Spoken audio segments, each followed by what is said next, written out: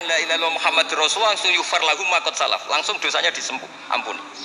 Berarti yang menjadi pengampun dosa lah, penyebab pengampunan itu apa? La ilaha illallah. Itu bahkan orang kafir belum istighfar.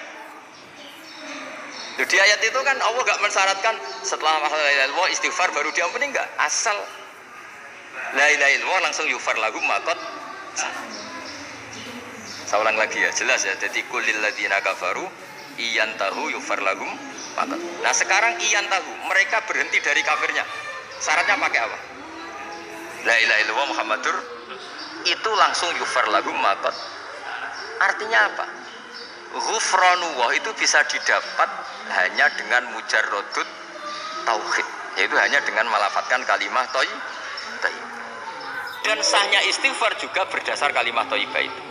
Misalnya gini, orang kafir sebelum Islam melafadzkan astaghfirullah, astaghfirullah, astaghfirullah, kira-kira diterima enggak?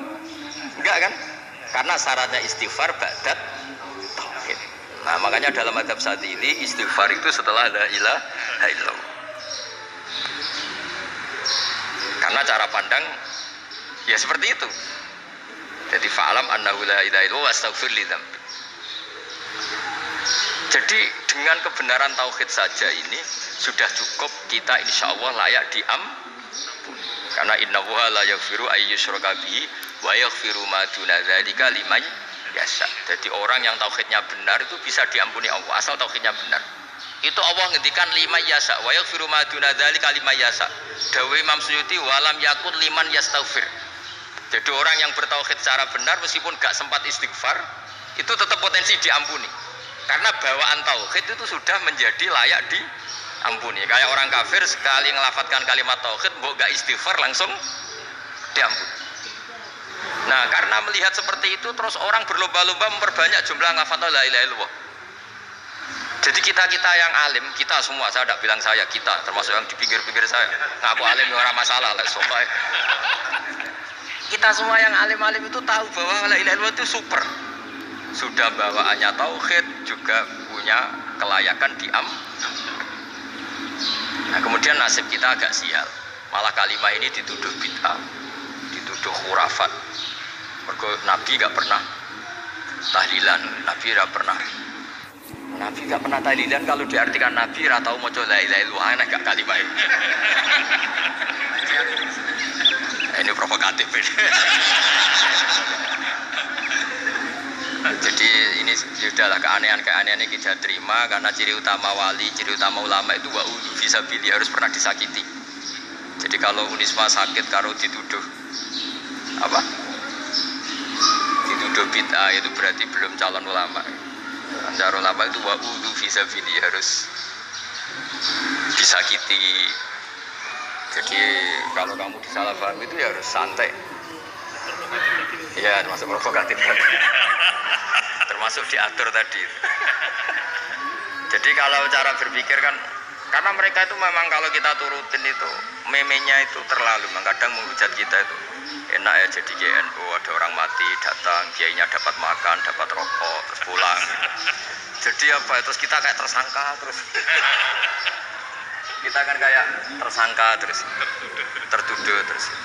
Terus yang orang NU ya memenya juga nggak kalah ekstrimnya. Boleh ya ajaran orang nggak boleh ngasih kiai gitu. Berarti boleh dong ajaran kikir. Jadi memang kadang apa ya, cangkem elek lah bahasa kasarnya itu. Itu memang kadang lebih mengenakan. Kalau kita datang ke acara mayat kan dapat makan, dapat minum. Kalau yang sohibul bed rokok ya dapat rokok. Kalau kiainya dapat wajib, kadang 20.000, kadang 50.000. Terus memenya itu kok setega itu ya, ada orang meninggal kok malah kita makan-makan. Ya, seakan-akan kan kultur ini biadab kan gitu. Tapi yang orang NU kebalikan balas. Oh ternyata nggak boleh ya mayat disodakoi. Ternyata nggak boleh ya orang dermawan. Berarti Islam membolehkan medit ya gitu. Ya modut ini kan. Angen-angen itu luwih mati timbang takbir ya. Karena ini kan memicu emosi kan. Memicu apa? Emosi. Nah, tapi saya kalau disuruh bela mana itu tidak ada yang saya bela. Ya seorang sudah lah, kalau mau nganggur saja sudah itu. Ya tapi itu memang apa ya? Itu khazanah Islam, ada yang kritik, ada yang enggak. Ya itu memang khazanah ya biasa aja kalau saya biasa. Karena dulu ulama itu sudut pandangnya itu ya seperti itu. Ada yang ulama suka ibadah itu sholat, ada yang milih tidur. Sampai Imam Ghazali bilang suatu saat ibadah terbaik di zaman akhir itu tidur. Sholat saja kalah sama tidur kan. Tapi itu loh ya, yang wajib tetap loh, terus kamu gak sholat wajib. Begini beliau mencontohkan itu. Ada orang sholat tahajud terus obsesinya itu ingin hajatnya terkabulkan. Sementara yang tidur obsesinya nikmati rahmatnya Allah, boleh tidur, bisa tidur. Kata Imam Ghazali, timbang kita tahajud terus nuntut pangeran aduk turu kata. Mergo engko dia akibat terus setan memberi bisikan, lho nyatanya kamu tahajud ya gak terkabul. Berarti cerita bahwa Nabi ngendikan kalau doa tahajud mustajab enggak. Daripada ngono ki aduk turu ora tau donga. Timbang abri-abri Islam kata, timbang eleng-eleki napa? Islam. Jadi ulama itu mulai dulu itu sudah berpikir. Banyak orang menjadikan tahajud, sholat malam itu media untuk hajatnya. Dan kalau nggak kesampaian ini mutung. Nyalahkan kiainya ijazah ramanti. Macam. Daripada ngono ora usah apa? Tahajud turu ya. Dan jenis kayak ini tuh banyak. Makanya ulama kayak saya itu saenake dhewe itu ya jarak. Saya sering didolani muhibbin terus bilang, Gus saya doakan gini-gini saya mau nyalon bupati atau saya gini. Saya bilang gak waduh orang dongo, nak ramanti darani ulama dongane ramanti. Nak mandi kamu jadi bupati tetap nganggep karena beli. Sopo sing raro bupati saya juga beli. Ribet kan? Ketika mereka jadi ngunsurkan doa kamu apa karena kemarin beli? Yang beli maksudnya nggak beli nggak usah tersinggung. Jadi ribet ngadepin. Nggak artinya gini loh, boyo doa itu jangan dipakai begitu. Kalau minta nasihat, tak nasihati jadi bupati yang baik, gubernur yang kalau minta doa itu resikonya. Akhirnya kiai kalau diminta doa ya doa, sebenarnya diisinya itu nggak doa kemenangan. Itu nggak selamat gitu. Karena ribet. Makanya Islam itu doa itu setelah iman. Aturan iman benar baru doa. Aturan iman benar termasuk Allah itu yaf'alu ma yasha, boleh melakukan yang dikehendaki. Allah enggak boleh terdikte oleh doa kita, enggak boleh. Ya saya ulang lagi ya, madzhab Hasan Asy'ari ini khas kita. Jadi la ilaha illallah itu didahulukan sebelum istighfar. Tapi kebalikannya madzhab Imam Sanusi itu dibalik.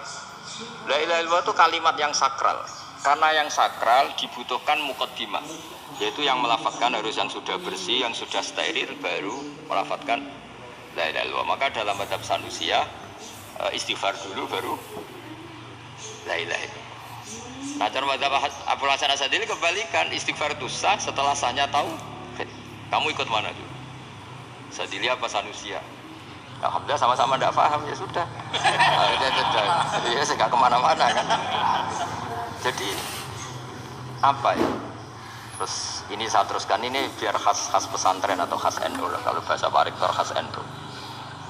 Ini Ben sampean tahu beberapa perbedaan itu lazim halaman 24.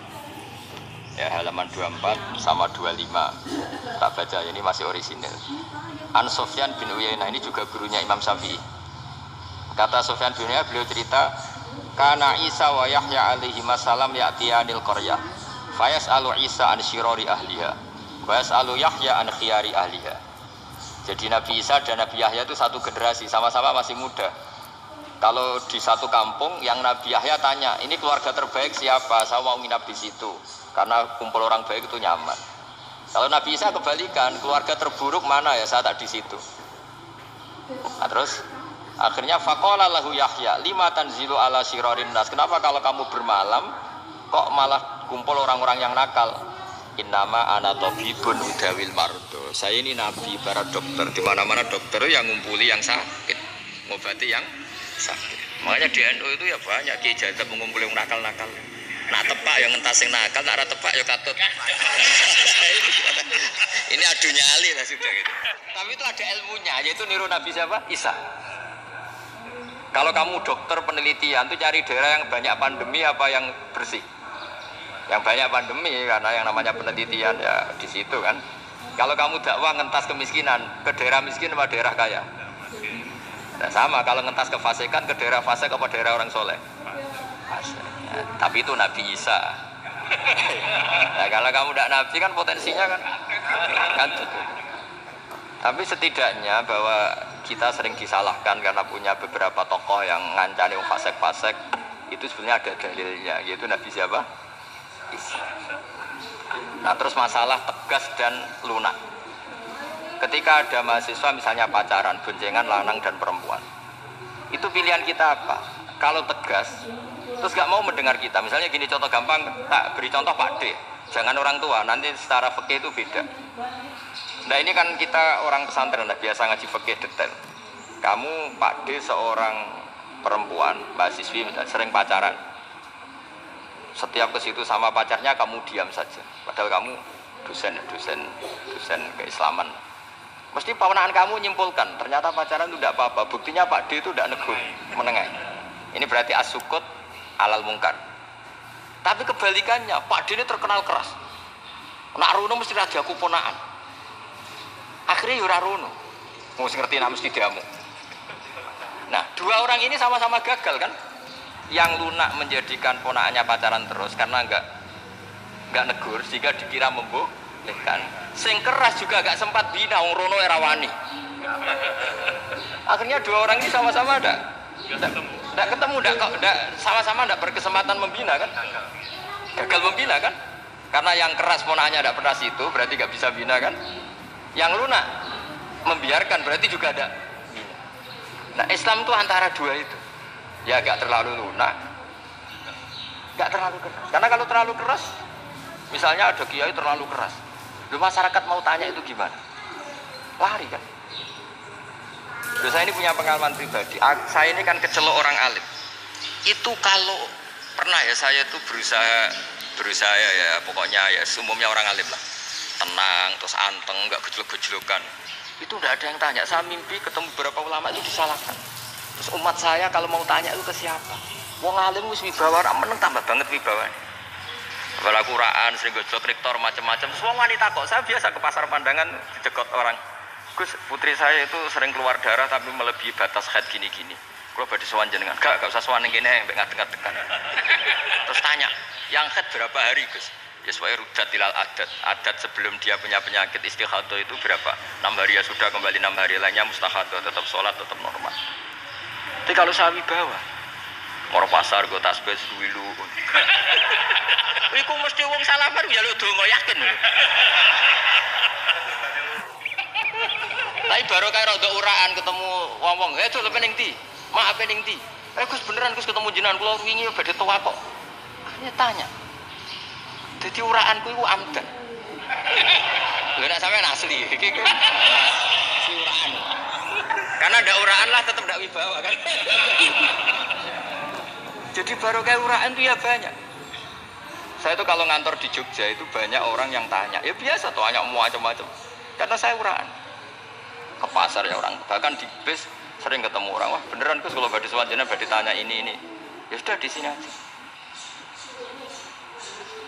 Jadi semua itu diilmoni. Nah, Nabi itu punya sisi yang dua-duanya jalan. Memang beliau luar biasa, dipilih Allah yang luar biasa. Nabi ketika wibawa itu banyak sahabat yang bahkan mengenali wajahnya aja tidak bisa. Ka'anna ala ru'usihim at-toirs. Bayangannya seakan-akan di kepalanya itu ada burung yang takut saking antengnya. Tapi Nabi sekali mengeluarkan job, sekali santai, itu sahabat tanya itu sampai yang nggak pantas ditanyakan. Nabi saya tadi kumpul istri saya, tapi tidak inzal, itu wajib mandi tidak. Aro'aita law anna ahadana ya'ti imro'atahu walam yunzil. Itu ya ditanyakan. Nabi pun kumpul itu betul sakit inzal sepundi. Kayak sama tuh lagi. Terus ya ada yang tanya macam-macam.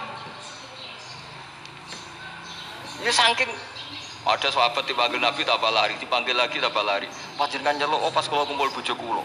Lah kula kuwatir jenengan orang suci, saya belum mandi, makanya saya lari. Nabi ngendikan inamal mukmin thahir, ya nak masalah ketemu kiai ra apa-apa ijek junub. Sementing kok nak salat ya adus sih. Tapi Nabi sekali pakai mazahirul jalal, tapi pakai wibawanya, itu orang enggak berani ngomong. Tapi sekali Nabi rileks, itu orang bisa tanya apa saja, termasuk halal yang enggak pantas. Ada sahabat itu tanya lucu, tanya Maimunah. Maimunah itu ya cantik tapi sudah agak tua lah. Maimunah, ya Ummul Mukminin, hukumnya ngambung bojo pas Ramadan ubi. Wah gak roh aku, gak tahu diambung kan Nabi pas Ramadan. Tanya Sauda, wah malah orang-orang diambung. Kalau Sauda itu kan wis tuwa itu. Lucunya istri saya jawab, tanya Aisyah yang mungkin Nabi. Iya, yang mungkin tanya Aisyah. Itu yang usul ya istrinya Nabi Maimunah. Selalu Aisyah. Tanya Mbak Aisyah. Ya Amirul ya Ummul Mukminin gini-gini. Aisyah yang cantik masih perawan kan. Qabbalani Rasulullah bahwa Nabi biasa ngambung aku pas Ramadan dan beliau tetap puasa. Akhirnya fakih ngarang kan wa takbil fi Ramadan wa tublah la tubtilu shauma ngambung ora. Iku udah biasa di sini. Ya nasi butune ayu. Nah ini artinya seasik itu. Jadi garwane Nabi sing ngrasa rodok tuwa. Wah, aku ora tahu. Kok Aisyah. Serilek itu dulu itu. Maksudnya orang Islam pertentangan itu. Maksudnya ini ya balik semua ini bedanya orang pesantren sama orang kampus. Kalau orang kampus mau cerita agama itu rahmatan lil alamin, tapi nyontokno rileke ora iso.